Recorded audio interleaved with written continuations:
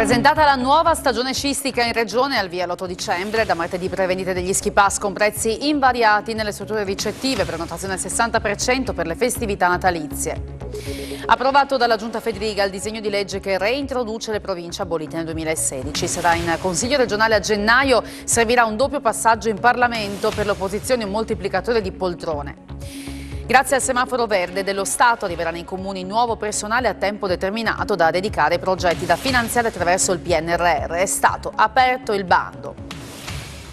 L'ex cinema Odeon è ufficialmente di proprietà del comune di Udine, a cui oggi sono state consegnate le chiavi dell'immobile chiuso dal 2003. Ora possono iniziare gli interventi di recupero. Polverone sulla gara di Serie D tra Union Clodiense e Torviscosa, vinta dei friulani, l'ombra del calcio scommesse sulla caduta della capolista Larissa a fine gara. Le due società illazioni infondate.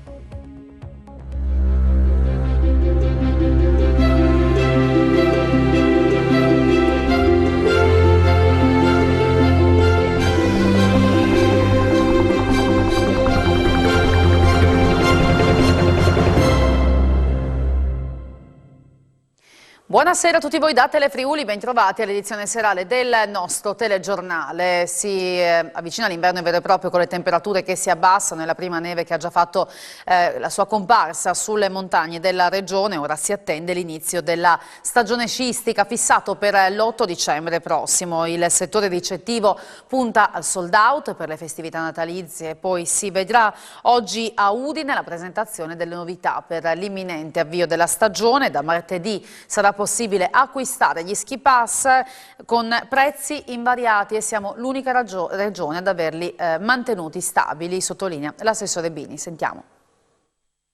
Due le date da segnarsi in calendario, martedì 22 novembre e giovedì 8 dicembre. Sono i due giorni in cui rispettivamente partiranno le prevendite degli ski pass e apriranno gli impianti di risalite in Friuli Venezia Giulia. Una stagione sciistica che operatori e albergatori attendono con ansia per risollevarsi dopo pandemia e crisi energetica. E ci sono dei poli che presentano degli importanti restyling di immagine, abbiamo iniziato questo percorso e poi insomma una novità che penso faccia piacere ai più, i prezzi degli ski pass giornalieri che verranno mantenuti invariati. Siamo l'unica regione dell'intero arco alpino che manterrà i prezzi invariati. È stato possibile grazie a una riorganizzazione dei costi interna, ci sono stati dei tagli in certi capitoli di spesa e poi la capacità che ha avuto Promoturismo, anche la fortuna diciamolo, di sottoscrivere dei contratti a copertura ancora prima dell'innalzamento significativo del costo dell'energia. Ci consentirà di risparmiare diversi milioni di euro. Quest'anno avremo EIOF, sarà un importantissimo evento che ci proietterà oltre confine, vedrà tantissimi giovani, tantissime famiglie, poi tutta un'altra serie di eventi significativi, la presenza della squadra nazionale femminile di sci alpinismo che sceglie, questo grazie alla qualità anche delle piste, la nostra regione per potersi preparare per le competizioni internazionali. E a Udine il meeting nazionale di Federalberghi con la presidente regionale Paola Schneider, che ha evidenziato un buon afflusso di italiani e friulani nelle strutture ricettive della regione. Per il momento, rispetto alle festività natalizie, prenotazione al 60%. Saper fronteggiare i momenti difficili, soprattutto grazie alle capacità progettuali degli operatori del settore, oltre a innovare per garantire ai turisti servizi sempre più qualificati. È uno dei concetti usciti oggi a Udine al meeting nazionale di Federalberghi. Le nostre strutture dicono che siamo già al 60%, però siamo insomma a metà novembre, per cui prevediamo un buon afflusso soprattutto di italiani in questo periodo fino all'8 di gennaio, che poi normalmente si trasformerà in turisti dell'est, sperando che arrivino, perché il nostro turismo in Friuli Venezia Giulia a livello invernale è dato per il 90% da parte dell'est, per il 10% da parte degli italiani, soprattutto di famiglie con bambini, ma anche gruppi di giovani e questo devo dire soprattutto anche del Friuli Venezia Giulia, grazie al Turesta, che è quel fondo creato proprio dall'assessorato al turismo. Investire o dare degli incentivi per il fotovoltaico, per esempio, potrebbe essere una soluzione. Strutturazioni di impianti come il fotovoltaico e quant'altro, che le comunità energetiche, che indubbiamente devono essere temi affrontati dalla comunità economica, ma insieme chiaramente alle amministrazioni pubbliche. La Giunta regionale ha approvato il disegno di legge che prevede la reintroduzione delle province abolite nel 2016. Si tratta dell'avvio di un percorso che partirà a gennaio nell'aula del Consiglio regionale per poi concludersi con il necessario doppio voto in Parlamento. Si scrive enti di area vasta elettiva, si legge province. La Giunta regionale ha approvato il disegno di legge che reintroduce gli enti intermedi tra regione e comuni. La norma andrà in aula in consiglio a gennaio e sarà una modifica dello statuto, quindi è previsto comunque un doppio passaggio tra Camera e Senato a distanza di 3 mesi. Questa era una delle linee di indirizzo programmatico del Presidente, già ampiamente espressa in campagna elettorale, rafforzata da una richiesta forte da parte dei territori.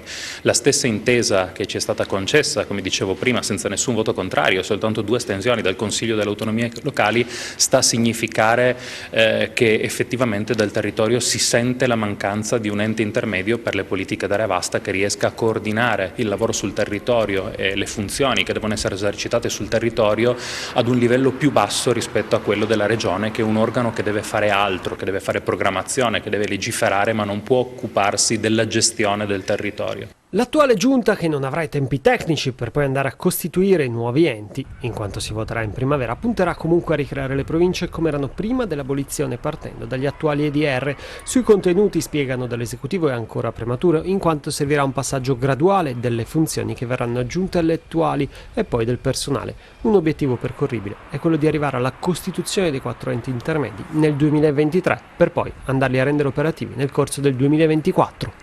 E alla notizia dell'approvazione da parte della Giunta della riforma degli enti locali non sono mancate le reazioni, in particolare da parte delle opposizioni.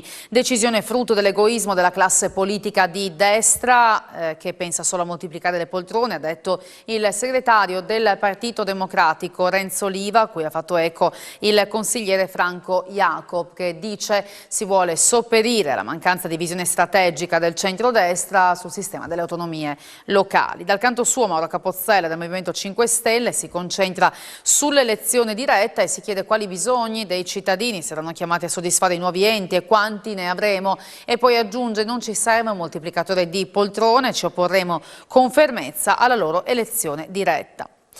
La cronaca, violentata a 18 anni in un casolare di campagna dall'uomo che l'aveva fatta venire in Friuli promettendole un posto di lavoro come segretario nella sua azienda. L'episodio per il quale un friulano di 42 anni è stato condannato oggi a 5 anni e 4 mesi di reclusione per violenza sessuale dal GUP di Udine. La violenza, secondo l'accusa, è avvenuta nel settembre dello scorso anno. La ragazza aveva risposto a un annuncio su internet, era così venuta a Udine e dopo il colloquio di lavoro aveva accettato l'offerta di un passaggio in auto da parte del suo futuro datore di lavoro, che però invece si era diretto verso le campagne della Bassa Friulana fino a un casolare dove, stando sempre al capo di imputazione, le avrebbe legato le mani, avrebbe abusato di lei. La ragazza era poi riuscita a liberarsi e a fuggire.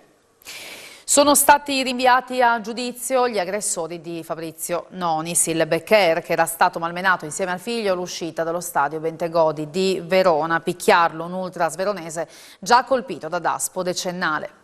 L'accusa picchiò e minacciò Fabrizio Nonis, volto noto anche di Telefriuli con la trasmissione Becker, e il figlio dopo il posticipo Verona-Inter del 27 agosto 2021, rinviato a giudizio in ultra giallo-blu. È quanto ha disposto con una citazione diretta a giudizio il PM Eugenio Bertini della Procura di Verona nei confronti di un uomo di 45 anni residente nella città scaligera. L'uomo, per il quale il questore di Verona aveva già disposto un daspo di 10 anni, è accusato di lesioni personali e minacce aggravate da futili motivi. Stando all'imputazione, quella sera il veronese e altre 4-5 persone, tutti tifosi dell'Hellas, seguirono il Becker e il figlio di 22 anni all'uscita dal Bentegodi dopo il match vinto dai nerazzurri per 3-1. Circondati i due, il 45enne chiese loro perché squadati fassero e poi colpì il conduttore enogastronomico al volto con un pugno e il ragazzo con uno schiaffo. Quando Nonis cercò di difendere il figlio, il tifoso veronese lo prese a calci al fianco e al ventre, facendolo cadere a terra. Le botte causarono al padre una lesione auricolare guaribile in 15 giorni e al figlio una contusione allo zigomo con una prognosi di 10 giorni. Infine, l'uomo, difeso dall'avvocato Giuseppe Trimeloni del Foro di Verona, li insultò e li minacciò di picchiarli ancora se non se ne fossero subito andati via. Secondo la ricostruzione del Black Air, la violenza si scatenò quando lui disse al gruppetto di essere simpatizzante dell'Udinese. Nonis e il figlio, rappresentati dall'avvocato Maurizio Miculan, si sono costituiti parte civile. La prima udienza è prevista per gli inizi di marzo davanti al giudice Clara Aprea del Tribunale di Verona.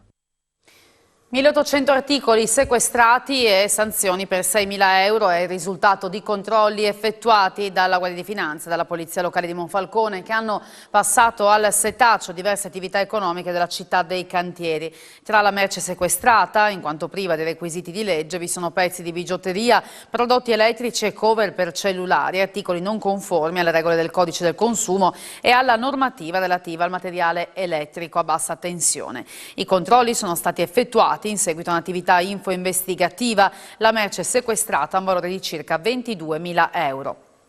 2 persone sono rimaste ferite nello scontro frontale tra 2 auto ieri sera a Codroipo attorno alle 21:30. Si tratta di 2 uomini che sono stati soccorsi dal personale sanitario e portati in ospedale a Udine. Le cause dell'incidente tra via Circonvallazione Est e via Friuli saranno accertate dalle forze dell'ordine. Sul posto anche i vigili del fuoco volontari di Codroipo.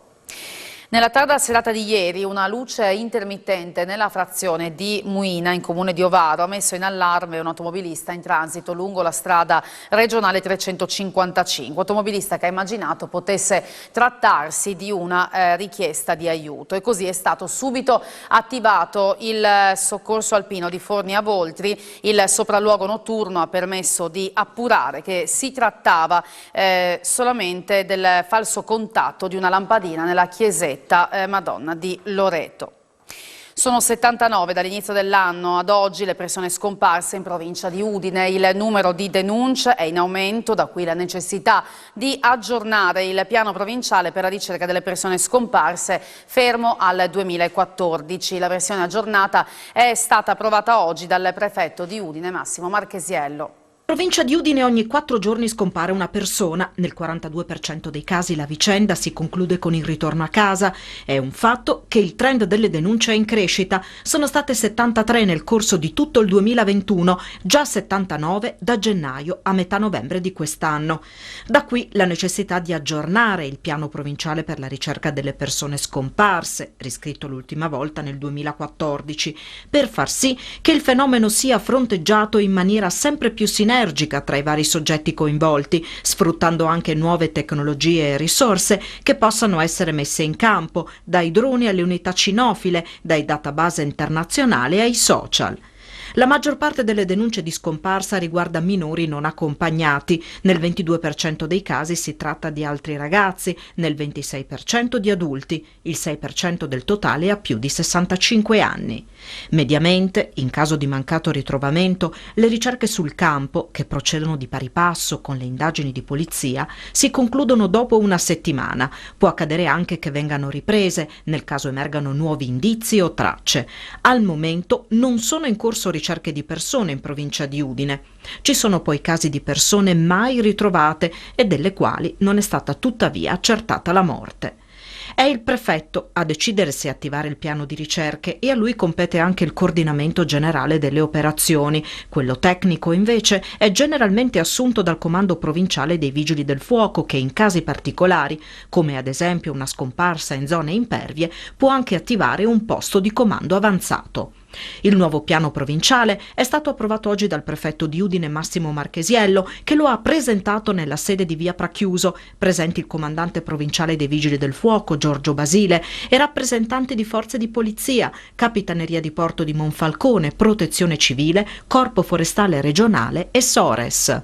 Parliamo di PNRR perché è in arrivo nei comuni della regione personale a tempo determinato da dedicare a progetti finanziati attraverso il PNRR.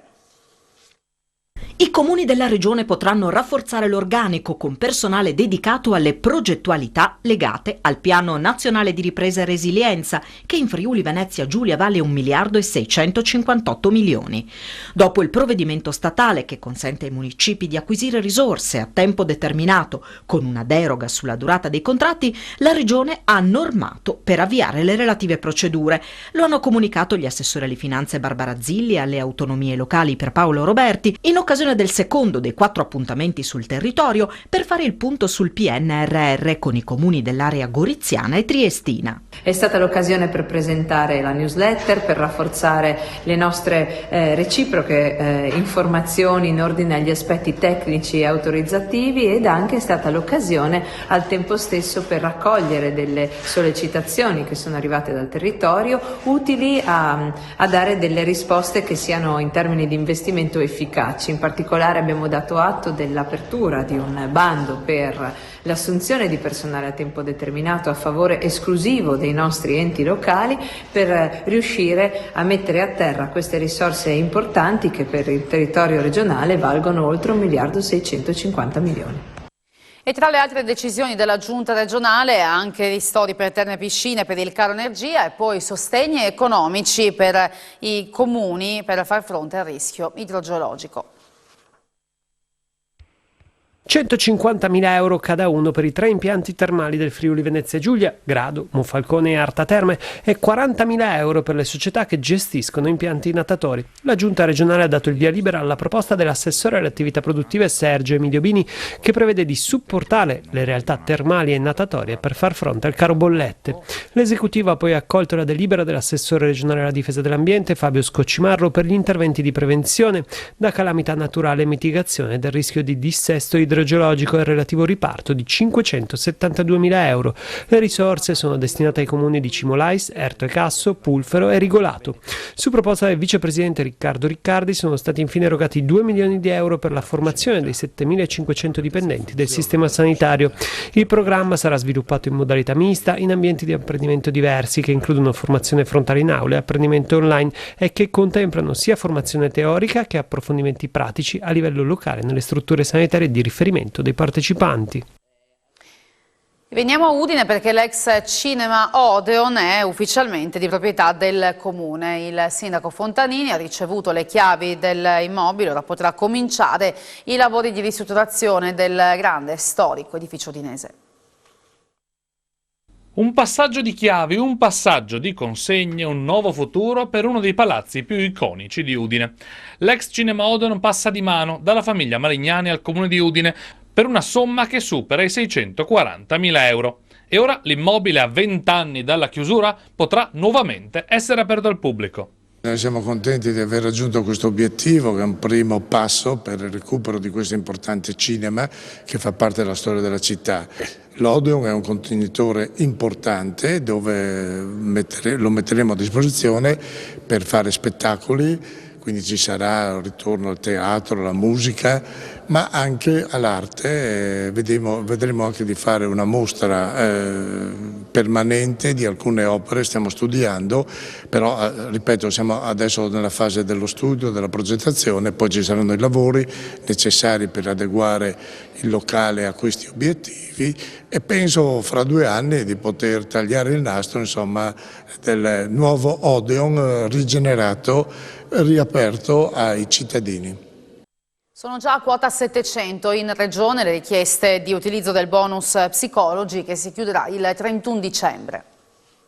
Un adolescente su 4 presenta sintomi clinici di depressione e 1 su 5 manifesta segni d'ansia. Negli ultimi 2 anni, nella fascia d'età tra i 13 e i 18 anni, l'incidenza di questi disturbi è raddoppiata. In Friuli Venezia Giulia sono già arrivate a 700 le richieste dei ragazzi di usufruire del bonus psicologo studenti, una misura realizzata grazie a una convenzione tra Regione, Ardis e Ordine degli Psicologi del Friuli Venezia Giulia, che fino al 31 dicembre consente agli studenti delle scuole secondarie di primo e secondo grado di accedere a un costo di 25 euro a un ciclo di 5 sedute psicologiche. L'Ordine degli Psicologi, in occasione del 20 novembre, giornata mondiale dei diritti dei bambini e degli adolescenti, divulga questi numeri per indurre gli adulti a riflettere. Non dobbiamo far finta che con la pandemia non sia successo nulla, commenta il presidente Roberto Calvani. Il disagio è evidente ed è la conseguenza di una profonda difficoltà a gestire i rapporti e le relazioni interpersonali umane non mediate dai social. Lo psicologo invita famiglie, scuole e istituzioni in generale a non sottovalutare il problema, a prevenirlo e ad affrontarlo nel momento in cui sono evidenti i primi sintomi. Solo in questo modo, conclude, si riesce a evitare situazioni dalle quali poi è molto difficile uscire. Poco più di un centinaio gli studenti che hanno partecipato oggi a Udine alla manifestazione nazionale indetta da UDU e Rete degli Studenti per rivendicare il diritto allo studio per tutti. Giornata di mobilitazione degli studenti che hanno manifestato nelle principali piazze italiane. A Udine il corteo organizzato dall'Unione degli Universitari e dalla Rete degli Studenti è partito da Piazzale Cavedalis per raggiungere Piazza Primo Maggio. Siamo qui in piazza non tanto soltanto per portare delle rivendicazioni, ma per guardarci l'uno all'altro e dirci che non siamo soli, perché abbiamo deciso di portare ideologie diverse e organizzazioni diverse per far sentire che siamo in tanti e che vogliamo discutere questi argomenti. Difficile per i giovani ritornare alla normalità dopo la pandemia ed è per questo che oggi in piazza c'era poco più di un centinaio di studenti. A parte il corteo di Fridays di settembre non c'era un corteo a Udine dal 2019. È difficile fare politica in Friuli, specialmente perché siamo una provincia molto disgregata, di conseguenza le scuole sono tante divise, al di là del centro studi. Io vengo ad esempio da Cividale, dal Paolo Diacono, ed è veramente difficile far capire agli studenti che c'è una realtà che può dargli un'alternativa alla scuola che stanno vivendo, che la scuola non piace, questo si vede dai dati. Istruzione integrata al posto dell'alternanza scuola-lavoro, benessere psicologico. Le richieste sono diverse a partire dal diritto allo studio per tutti. Una delle riflessioni, fra le tante, è quella che parte dal cambiamento, no, del nome di un ministero, come abbiamo visto, che è il Ministero al Merito. Noi pensiamo che sia fondamentale, importante e necessario, prima di parlare di merito, soprattutto fare delle azioni concrete per rendere il diritto allo studio un diritto reale. E in piazza si sono affrontate anche tematiche locali. La manifestazione degli studenti friulani è stata anche occasione per affrontare problematiche a livello locale, come nel caso degli universitari. Che per noi il diritto allo studio, il diritto alla residenzialità universitaria, la casa dello studente deve essere una cosa pubblica, ovvero gestita dalla regione e dall'ente regionale per il diritto allo studio e non privata come le soluzioni che ci stanno proponendo. Per questo noi e per anche altri motivi scendiamo in piazza oggi. Nelle scuole superiori le problematiche riguardano soprattutto le infrastrutture. Al Sello ultimamente, l'ultimo 11 ottobre, infatti è caduto un pezzo di soffitto, un pezzo di intonaco dal soffitto e la sede non è neanche stata chiusa un giorno per controllare l'integrità dell'edificio. Seguire maggiormente le indicazioni contenute nell'articolo 26 della legge sulla ricostruzione che istituì l'Università di Udine. Quanto suggerisce il comitato che, nato 50 anni fa, fu promotore della raccolta di 125.000 firme per la fondazione dell'Ateneo Friulano. Sono passati 50 anni dalla nascita del Comitato per l'Università Friulana, promotore della raccolta di 125.000 firme che portarono all'istituzione dell'Ateneo Udinese grazie alla legge 546 del 1977 che riguardava la ricostruzione del Friuli dopo il terremoto. Per l'occasione, il 26 novembre, nel Salone del Parlamento del Castello di Udine è prevista la presentazione della ristampa del libro di Tarcisio Petracco a 25 anni dalla sua morte, seguita da un confronto sul ruolo dell'Ateneo al quale sono invitati rappresentanti di Regione, Università e Comune. L'articolo 26 della legge 546 attribuisce all'Ateneo Friulano una missione particolare, quella di conservare la cultura, contribuire al progresso civile e sociale e alla rinascita economica del Friuli. L'università deve concentrarsi maggiormente su questo articolo, afferma Monsignor Duilio Corniali, uno dei testimoni della lotta per la nascita dell'Ateneo, secondo il quale si sta facendo troppo poco per risolvere difficoltà di parti del territorio come la montagna, dove c'è il rischio di superare il limite del non ritorno. Di FECO il professor Sandro Fabbro, osservatore del rapporto tra Ateneo Friulano e il suo territorio di elezione. Per risolvere la questione furlane, afferma, abbiamo bisogno di applicare l'articolo 26 2026, per trovare nuove strategie in un momento di grave crisi generale, in particolare del territorio friulano, che soffre per il decremento demografico e la perdita rilevante di capacità economica. Non che l'università abbia la soluzione in tasca, conclude Fabbro, ma le sue strategie possono dare un grande aiuto alla comunità. La Polizia Stradale Regionale ha organizzato al Verdi di Gorizia un concerto della fanfara della Polizia di Stato in occasione del 75° anniversario dalla riorganizzazione dei servizi di polizia che di fatto ha sancito la nascita della Polstrada. Comandante Di Domenico, una serata speciale, musica, riflessioni insieme, un unico filo conduttore, ovvero la sicurezza stradale. Il principio generale di questa serata è quello di considerare la musica come lo strumento migliore per elevare la sensibilità alla sicurezza, al tema della sicurezza stradale, al tema dei corretti stili di guida. I morti purtroppo nell'incidentalità stradale hanno un numero significativo, dobbiamo non tanto e non solo abbattere, diminuire, ma prendere coscienza di come lo stile di guida, la conoscenza della norma, l'adozione di ogni modalità di guida corretta faccia molto di più e sicuramente meglio in questa direzione. La campionessa di scherma Mara Navarria e il presidente del Teatro Stabile Francesco Grambassi hanno presentato 2 tesi dedicate all'analisi rispettivamente delle persone che fanno sport e che vanno a teatro in Friuli Venezia Giulia, 2 dati che pongono la regione ai vertici a livello nazionale. La regione con il più alto tasso di sportivi e di persone che frequentano i teatri. I dati emergono dalle ricerche compiute in ambito universitario dalla campionessa di scherma Mara Navarria e dal presidente del Teatro Stabile Francesco Grambassi, ricevuti oggi dall'assessore regionale Tiziana Gibelli, che ha spiegato come in un'epoca in cui l'apparire offusca spesso l'essere, i lavori effettuati da Navarria e Grambassi rappresentano in modo plastico che cosa sia il merito. Un concetto, ha sottolineato Gibelli, sul quale dobbiamo certamente insistere, persone che si impegnano a fondo nella loro attività e che, oltre a ottenere ottimi risultati, trovano il tempo per impegnarsi nel sociale e nello studio. Grambassi ha ringraziato l'assessore per l'attività di questi anni, tra cui la creazione dell'Art Bonus, mentre Navarria ha analizzato anche le interazioni tra lo sport e il turismo.